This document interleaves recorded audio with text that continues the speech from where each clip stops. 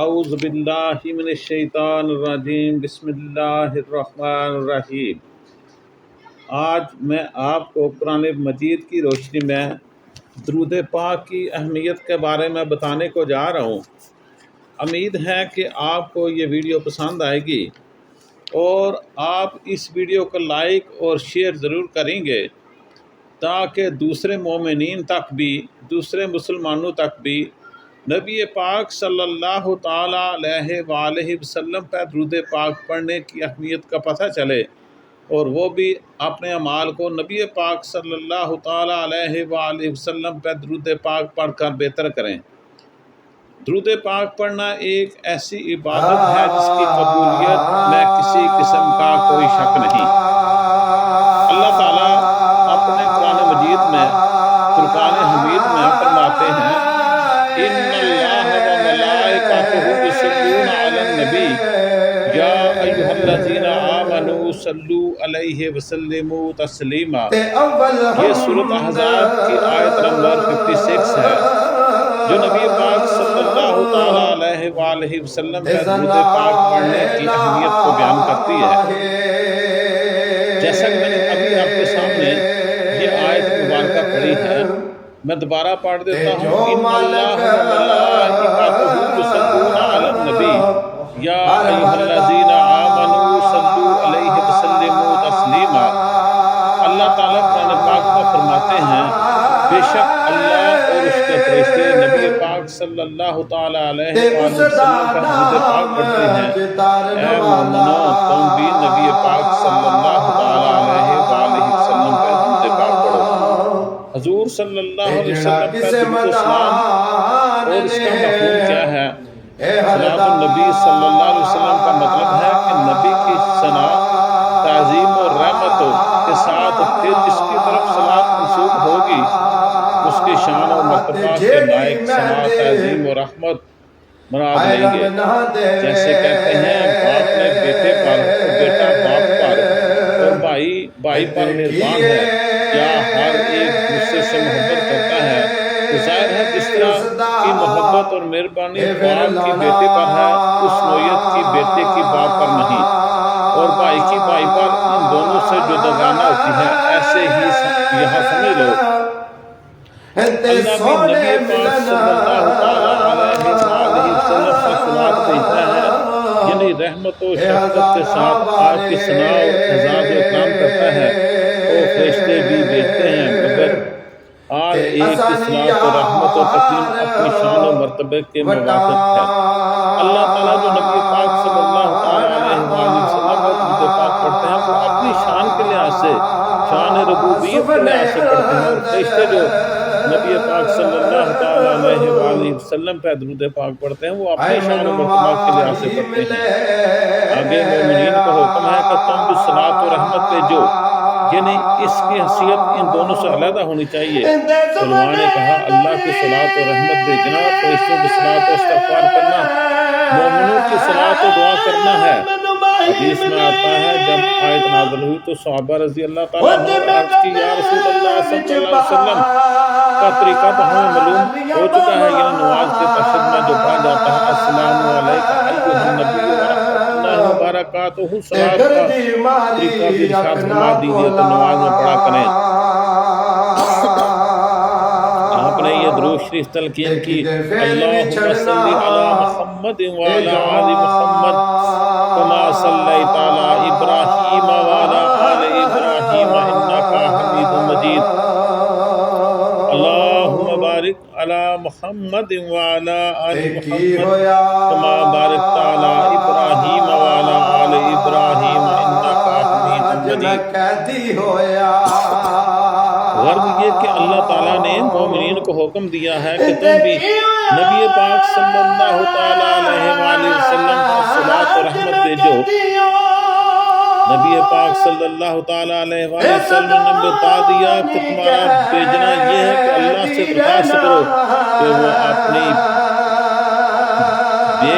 بیش رحمتیں عبدالآباد تک نبی کا نازل فرماتا رہے، کیونکہ اس کی رحمتوں کی کوئی حد نہیں، نہایت نہیں، یہ بھی اللہ کی رحمت ہے کہ اس کی درخواست پر جو مزید رحمت نازل فرمائے۔ وہ ہم عاجز و ناچیز بندوں کی طرف منسوب کر دی جائیں، گویا ہم نے بھی بھیجی ہیں، حالانکہ ہر حال میں رحمت بھیجنے والا وہ اکیلا ہے۔ کسی بندے کی کیا طاقت تھی کہ وہ سید الانبیاء صلی اللہ علیہ وسلم کی بارگاہ میں ان کے رتبے کے لائق تحفہ پیش کرے۔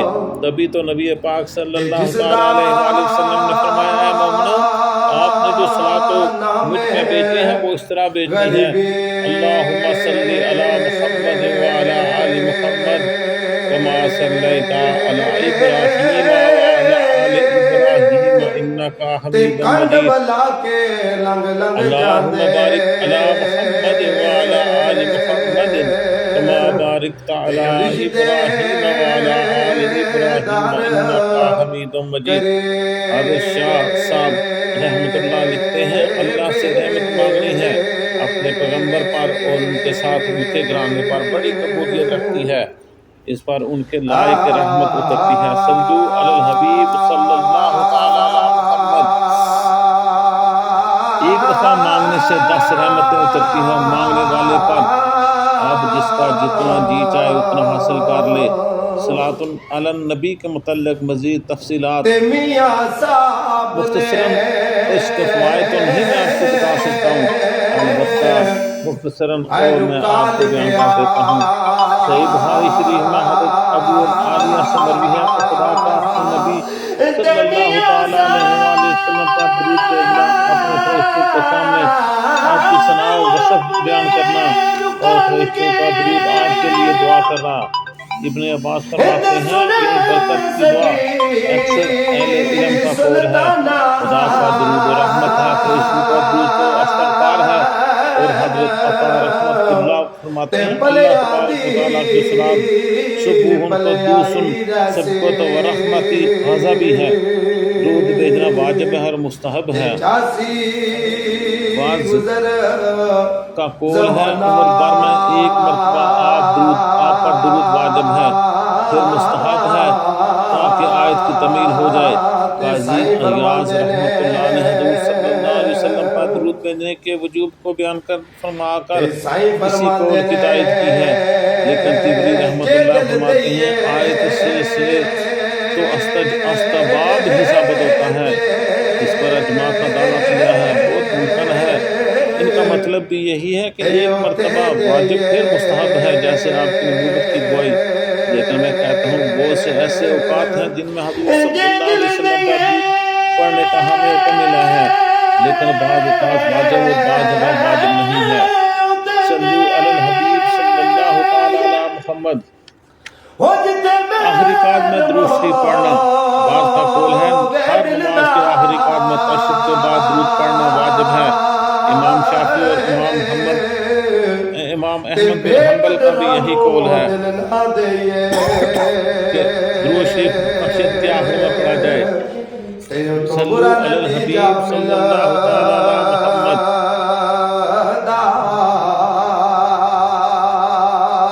ابن حمام نے لکھا ہے حدیث لا صلاۃ لمن لم یصلی علی، تو تمام اہل حدیث نے ضعیف قرار دیا ہے۔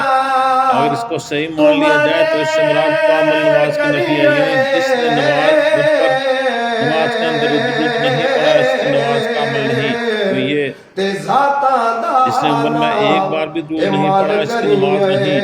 حافظ ابن حجر نے اس حدیث سے زیادہ کبھی حضرت فضالہ بن عبید کی حدیث فضالہ کا بیان ہے کہ نبی پاک صلی اللہ علیہ وسلم نے نماز میں دعا کرتے ہوئے سنا، اگر اس نے رسول اللہ صلی اللہ علیہ وسلم کا درود نہیں پڑھا، حضور صلی اللہ علیہ وسلم نے فرمایا اس نے دعا مانگنے میں اجرت کی، اس کو بلایا اور اس کو نیز دوسرے لوگوں کو مخاطب کر کے فرمایا تم میں سے جو شخص نماز پڑھے اور پہلے اللہ کی حمد و ثنا کرے پھر مجھ پر درود بھیجے، پھر جو کچھ چاہے دعا کرے تو اس کی دعا اللہ تعالیٰ انشاءاللہ قبول فرمائے گا۔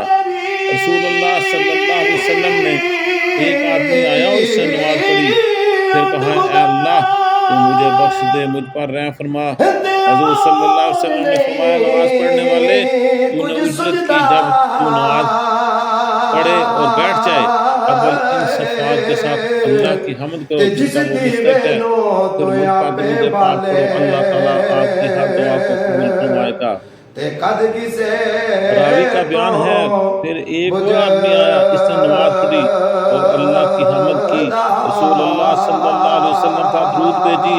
حضور صلی اللہ علیہ وسلم نے فرمایا، اے نماز پڑھنے والے، اب تیری دعا قبول ہوگی۔ ابو داؤد اور نسائی نے بھی اس حدیث کو بیان کیا ہے۔ میں کہتا ہوں نماز میں تشہد کے بعد رسول اللہ صلی اللہ علیہ وسلم پر درود پڑھنے کے وجوب پر اس طرح کی بھی دلیل کی جا سکتی ہے۔ آیت مذکورہ میں جس درود کا حکم دیا گیا ہے، اس سے مراد نماز کے اندر درود پڑھنا ہے، جیسے آیت فَرَبَّكَ فَكَبَّرُوا میں تکبیر سے مراد تکبیر تحریم، اور آیت قُومُوا لِلَّهِ قَانِتِينَ میں قیام سے مراد نماز میں کھڑا ہونا ہے، اور وَاسْجُدُوا وَارْكَعُوا میں سجدہ اور رکوع سے مراد نماز میں سجود اور رکوع ہیں۔